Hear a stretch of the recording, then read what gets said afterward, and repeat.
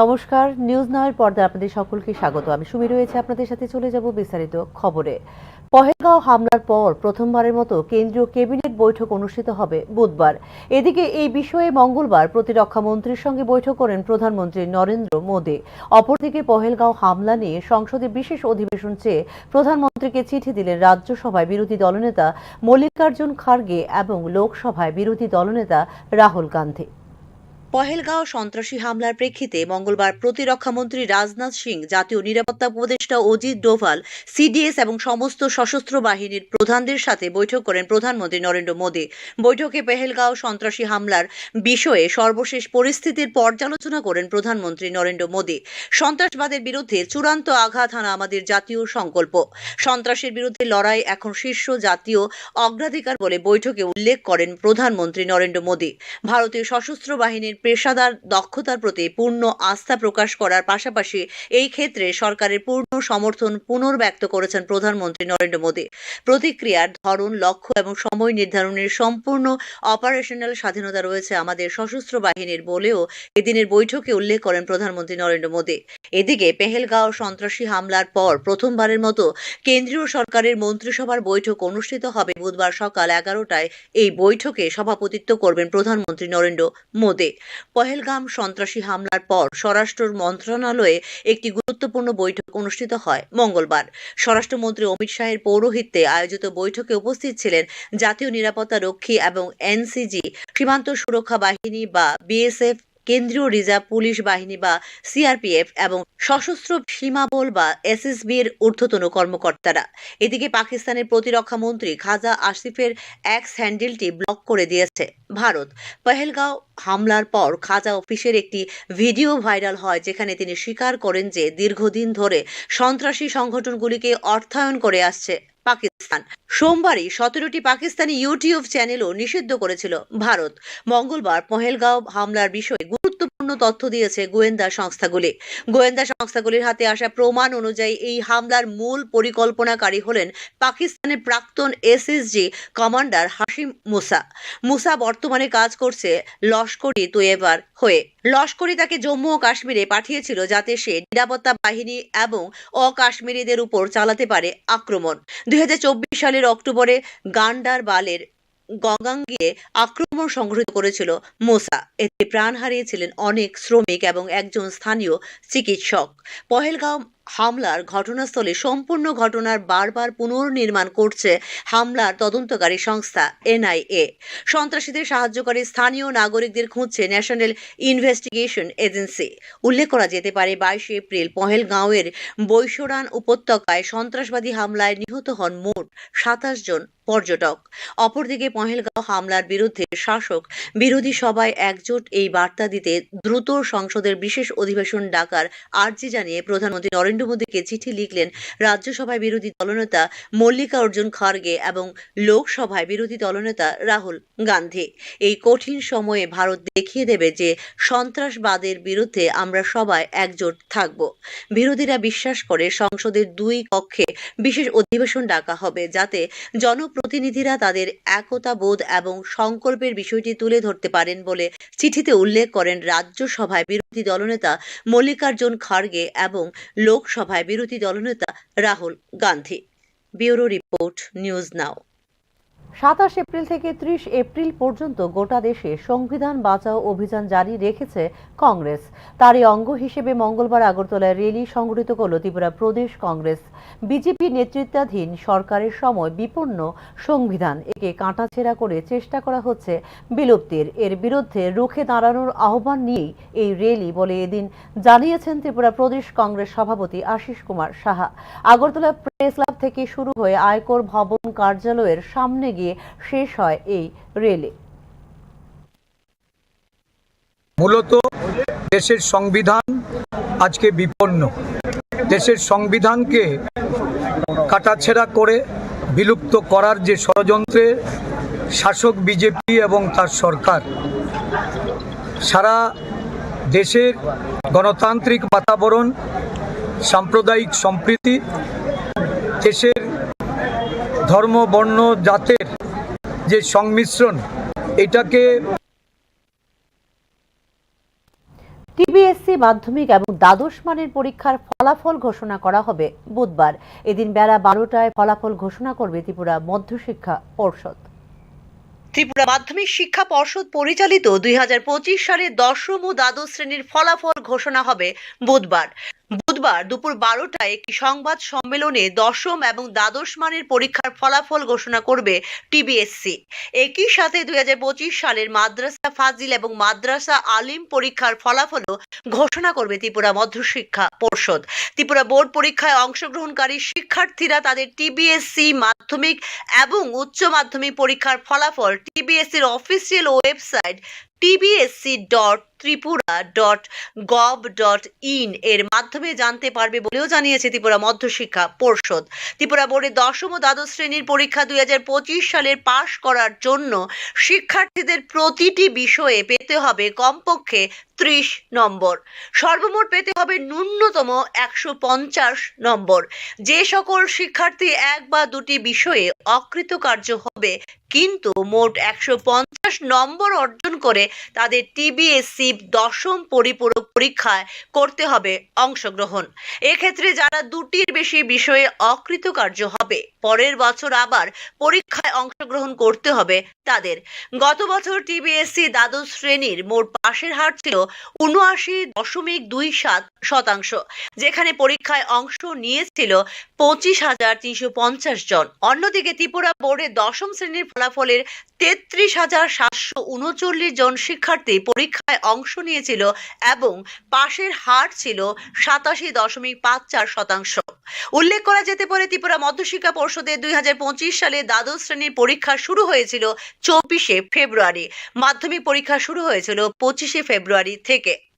এক্ষেত্রে 22 মার্চ শেষ হয় উচ্চ মাধ্যমিক পরীক্ষা, যেখানে মাধ্যমিক পরীক্ষা শেষ হয় 18 মার্চ। এ বছর উচ্চ মাধ্যমিকের মোট পরীক্ষার্থীর সংখ্যা 25,345, যেখানে এ বছর মাধ্যমিক পরীক্ষায় মোট পরীক্ষার্থীর সংখ্যা 33,732 জন। Bureau report, news now. Sheikh Hasina সরকারের পতনের পর যাত্রী পারাপার প্রভাবিত হলেও স্বাভাবিক রয়েছে ত্রিপুরা বাংলাদেশ আভ্যন্তরীণ বাণিজ্য। 2024-25 অর্থ বছরে এই বাণিজ্য বেড়ে দাঁড়িয়েছে 370 কোটি টাকা। গত আগস্ট মাসে বাংলাদেশে শেখ হাসিনা সরকারের পতনের পর সে দেশে যে অস্থির পরিস্থিতি তৈরি হয়েছিল তাতে ধারণা করা হয়েছিল এর প্রভাব ত্রিপুরার সাথে বাণিজ্যে প্রতিফলিত হবে দারুণভাবে। কিন্তু তথ্য অনুযায়ী বাংলাদেশের উদ্ভূত পরিস্থিতিতে ত্রিপুরার সাথে বাণিজ্যে পড়েনি বিশেষ কোনো প্রভাব। উল্টো পরিসংখ্যানের হিসেবে গত এক বছরে বাংলাদেশের সাথে বাণিজ্য বৃদ্ধি পেয়েছে ত্রিপুরার। 2023-24 অর্থ বছরে আগরতলা আইসিপি দিয়ে বাংলাদেশ থেকে আমদানির পরিমাণ প্রায় 315 কোটি টাকা। 2024-25 অর্থ বছরে তা বেড়ে হয়েছে 370 কোটি টাকা। সোনামুড়া মহকুমার শ্রীমন্তপুর আইসিপি দিয়েও বেড়েছে আমদানি। 2023-24 অর্থ বছরে এই সীমান্ত দিয়ে আমদানি হয়েছিল প্রায় 109 কোটি টাকা। 2024-25 অর্থ বছরে তা বেড়ে হয়েছে 152 কোটি টাকা। ত্রিপুরা এবং বাংলাদেশের মধ্যে আমদানি রপ্তানি বাণিজ্যে সাধারণত আমদানি বেশি হয়ে থাকে, রপ্তানির পরিমাণ তুলনামূলক খুবই কম। ত্রিপুরা থেকে এখন বাংলাদেশে রপ্তানি হচ্ছে কাজু বাদাম, জিরে, বেল ইত্যাদি, আর বাংলাদেশ থেকে ত্রিপুরায় আমদানি হয় তাজা মাছ, শুকনো মাছ, cement, TMT bar, household plastic, ছোট মেশিন ইত্যাদি। আগরতলা আইসিপি দিয়ে 2024-25 অর্থ বছরে 1 কোটি টাকার পণ্য রপ্তানি হয়েছে। 2023-24 অর্থ বছরে তা ছিল 4 কোটি টাকা। আগরতলা আইসিপি দিয়ে গত এক বছরে রপ্তানি কমলেও শ্রীমন্তপুর সীমান্ত দিয়ে বেড়েছে রপ্তানি। 2023-24 অর্থ বছরে এই সীমান্ত দিয়ে রপ্তানির পরিমাণ ছিল 6 কোটি টাকার উপর। 2024-25 অর্থ বছরে তা বেড়ে হয়েছে 42.5 কোটি টাকার উপর।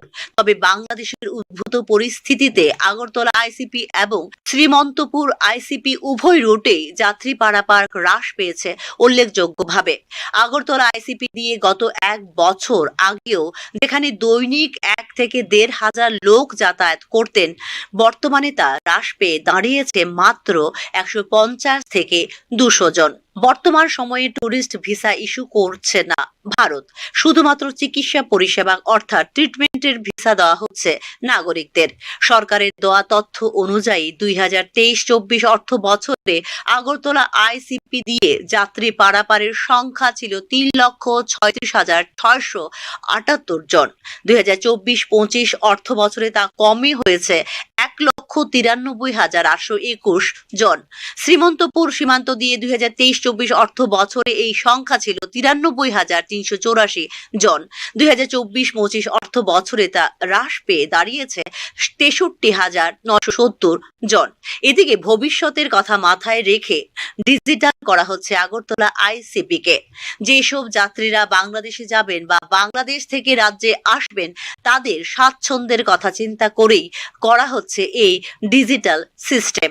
এই ক্ষেত্রে বিভিন্ন পণ্যবাহী গাড়িগুলো কোথায় যাচ্ছে, বর্তমান সময়ে কোথায় দাঁড়িয়ে আছে, সে সম্পর্কিত বিষয় মোবাইলে দেখতে পারবেন ব্যবসায়ীরা, ট্র্যাক করতে পারবেন গাড়িগুলোকে। ব্যুরো রিপোর্ট, নিউজ নাও।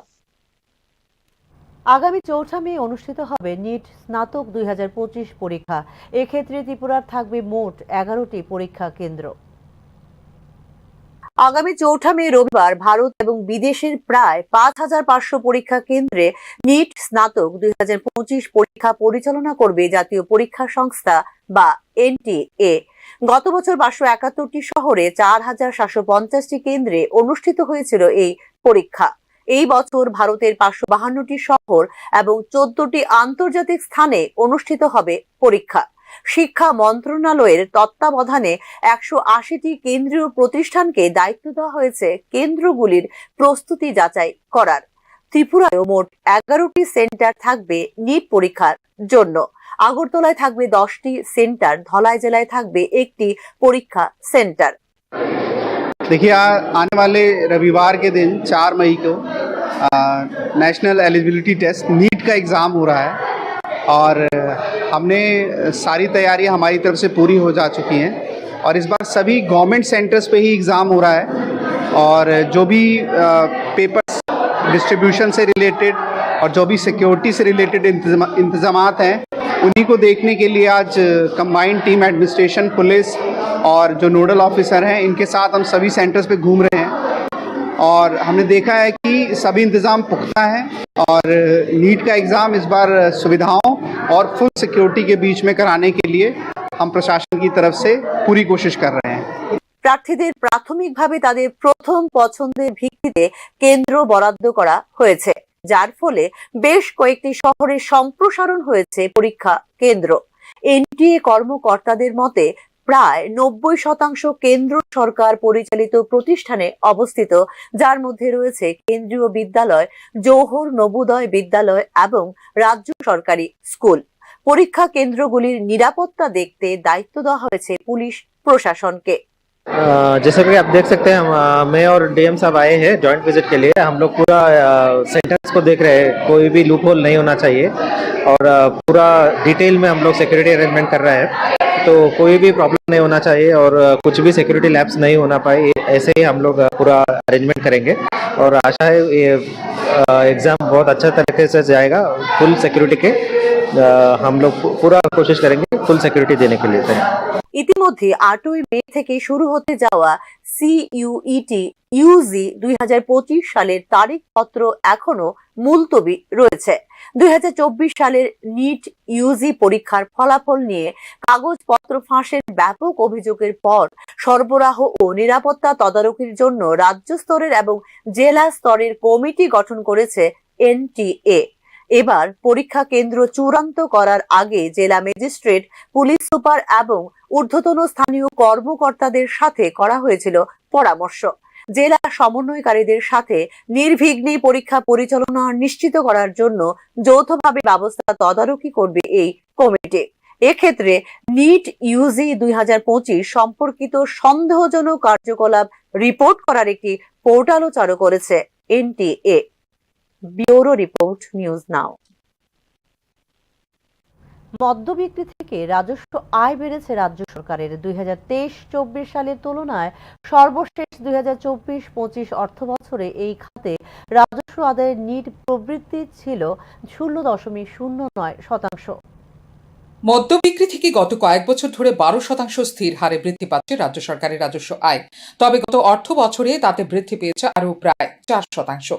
2017-18 অর্থ বছরে মদ্য বিক্রি থেকে আবগারি শুল্ক আদায় 186.96 কোটি টাকা থেকে বেড়ে 2024-25 সর্বশেষ অর্থ বছরে 484.09 কোটি টাকা হয়েছে বলে জানিয়েছে ত্রিপুরা রাজ্য আবগারি অধিদপ্তর। কোভিড মহামারীর কারণে 2019-20 সাল ছাড়া গত 8 বছর ধরে মদ্য বিক্রি করে রাজস্ব আদায়ে অসাধারণ বৃদ্ধি ঘটেছে রাজ্যে, যেখানে 2019-20 সালে আবগারি শুল্ক হিসেবে আদায় করা হয়েছিল 231.70 কোটি টাকা। আবগারি শুল্ক আদায়ের ঊর্ধ্বমুখী প্রবণতা রাজ্যে অ্যালকোহল ব্যবহার বৃদ্ধির দিকটিকেই সূচিত করে বলে মনে করছেন সংশ্লিষ্ট তথ্যবিজ্ঞ মহল। আবগারি বিভাগের তৈরি পরিসংখ্যান অনুসারে গত 3 বছরে রাজস্ব আদায় বৃদ্ধি পেয়েছে উল্লেখযোগ্যভাবে। মদ্য বিক্রি করে 2022-23 সালে আবগারি শুল্ক হিসেবে 368.11 কোটি টাকা আয় করেছে রাজ্য সরকার। এক্ষেত্রে 2023-24 সালে আয় করেছে 417 কোটি টাকা, যেখানে 2024-25 সালে রাজ্য সরকারের আয় বেড়ে দাঁড়িয়েছে 484.09 কোটি টাকা। আবগারি অধিদপ্তরের দেওয়া তথ্য অনুসারে 2023-24 সালের তুলনায় সর্বশেষ 2024-25 অর্থ বছরের রাজস্ব আদায়ের নিট প্রবৃদ্ধি ছিল 16.09%। তবে রাজস্ব আদায় ত্রিপুরায় মদের প্রকৃত ব্যবহার প্রতিফলিত করে না বলে মনে করছেন মদ্য বিক্রেতারা।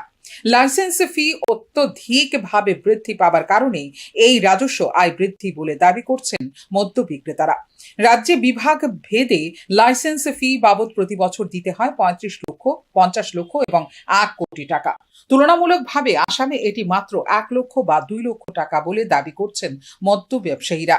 2016-17 সালে লাইসেন্স ফি ছিল বছরে 6 থেকে 7 লক্ষ টাকা এবং 2018 সালে রাজ্যে বিজেপি ক্ষমতায় আসার পর তা বেড়েছে 35 থেকে 1 কোটি টাকার মধ্যে। অতিরিক্ত লাইসেন্স ফির কারণে রাজ্যে মদের ব্যবসা কঠিন সময়ের মুখোমুখি। এক্ষেত্রে লাইসেন্স ফি কমানোর জন্য সরকারের দৃষ্টি আকর্ষণ করেছে all Tripura retail foreign liquor shops association. উল্লেখ করা যেতে পারে, রাজধানী আগরতলা সহ পশ্চিম ত্রিপুরা জেলায় বিদেশি মদ্যর দোকান রয়েছে 148টি। ফিউরো রিপোর্ট, নিউজ নাও। গোপন সংবাদের ভিত্তিতে একজন ভারতীয় মানব পাচারকারীকে আটক করতে সক্ষম হয়েছে জিআরপি পুলিশ। ত্রিপুরা বাংলাদেশ মানব পাচার চক্রের সঙ্গে জড়িত থাকার কারণে জাকির হোসেনকে গ্রেফতার করে পুলিশ। বাংলাদেশিদের রাজ্যে প্রবেশে সহায়তা করার অভিযোগে সোনামুড়া ধনপুরের বাসিন্দা জাকির হোসেনকে গ্রেফতার করার চেষ্টা চলছিল বলে জানিয়েছে পুলিশ।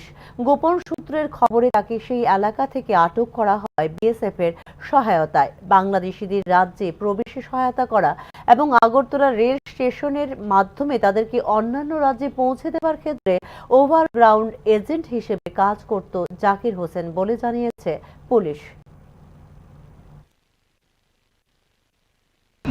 বাংলাদেশ থেকে যারা অবৈধভাবে বর্ডার ক্রস করে মানে আগরতলা রেল স্টেশন হয়ে বহিরাজ্যে যাওয়ার চেষ্টা করতো, তাদেরকে সাহায্য করতো বিভিন্নভাবে বর্ডার ক্রস করাতে এবং থাকা খাওয়ার ব্যবস্থা করতো। তো ওই সূত্র ধরে আমরা একটা কেসে সে ওয়ান্টেড ছিল, তো আমরা ওনাকে গ্রেপ্তার করেছি এবং আজকে ওনাকে আমাদের আগরতলা মহামান্য আদালতে প্রেরণ করেছি এবং পুলিশ রিমান্ডও চেয়েছি। তো প্রাথমিক জিজ্ঞাসাবাদে সে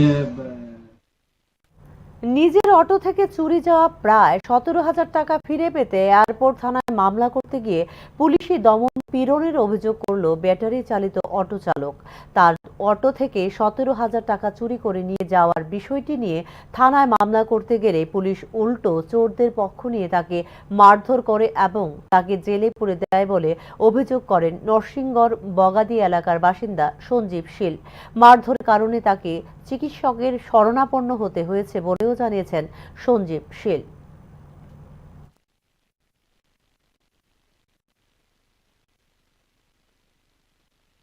করছি আমার ঢুকায় রেখে দিয়েছে ভিতরে।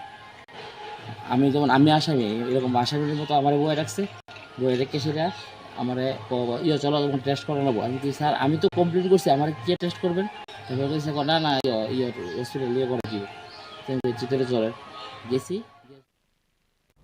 সময় ছোট্ট বিরতির সঙ্গে থাকুন। আপনি দেখছেন নিউজ নাও, আমরা জানি কোনটা খবর।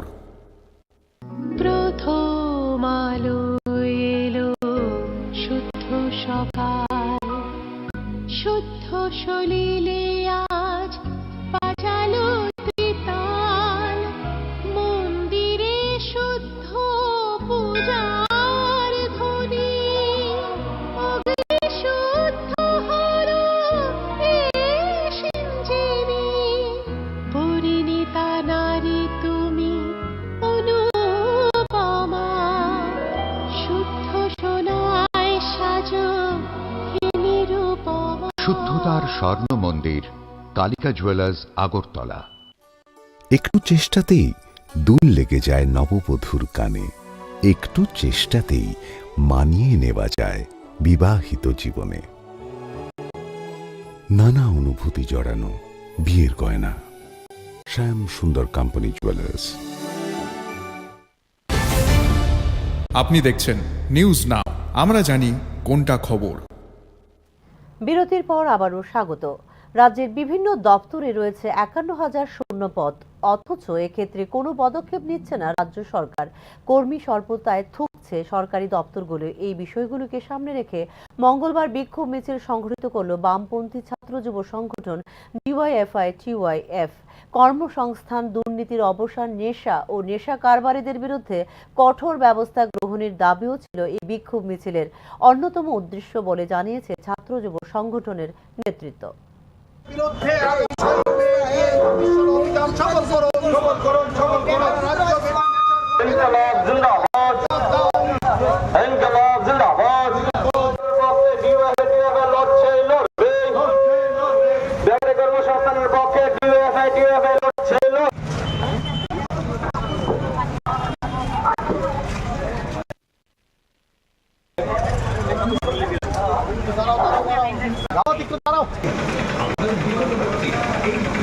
জানাই স্বাস্থ্য দপ্তরে 1000-এর উপর চিকিৎসকের পোস্ট খালি হয়েছে, হাজার হাজার নার্স পদের খালি আছে, কিন্তু সরকার কোনো নিয়োগ করছে না।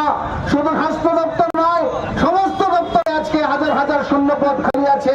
সর্বশেষ যে তথ্য মুখ্যমন্ত্রী খুব দিয়েছেন বিধানসভায় দাঁড়িয়ে, প্রায় 51,784টা এখানে খালি পদ রয়েছে।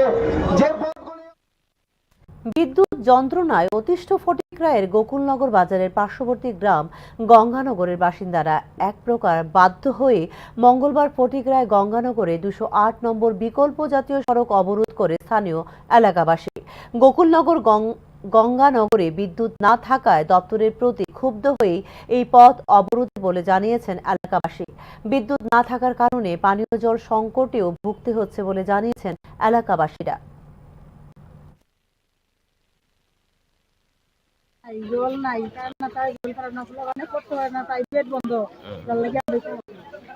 কতদিন ধরে কারেন্টটা দিলে তার বিজলি কারেন্ট আর কি কি সমস্যা? জলের সমস্যা আছে,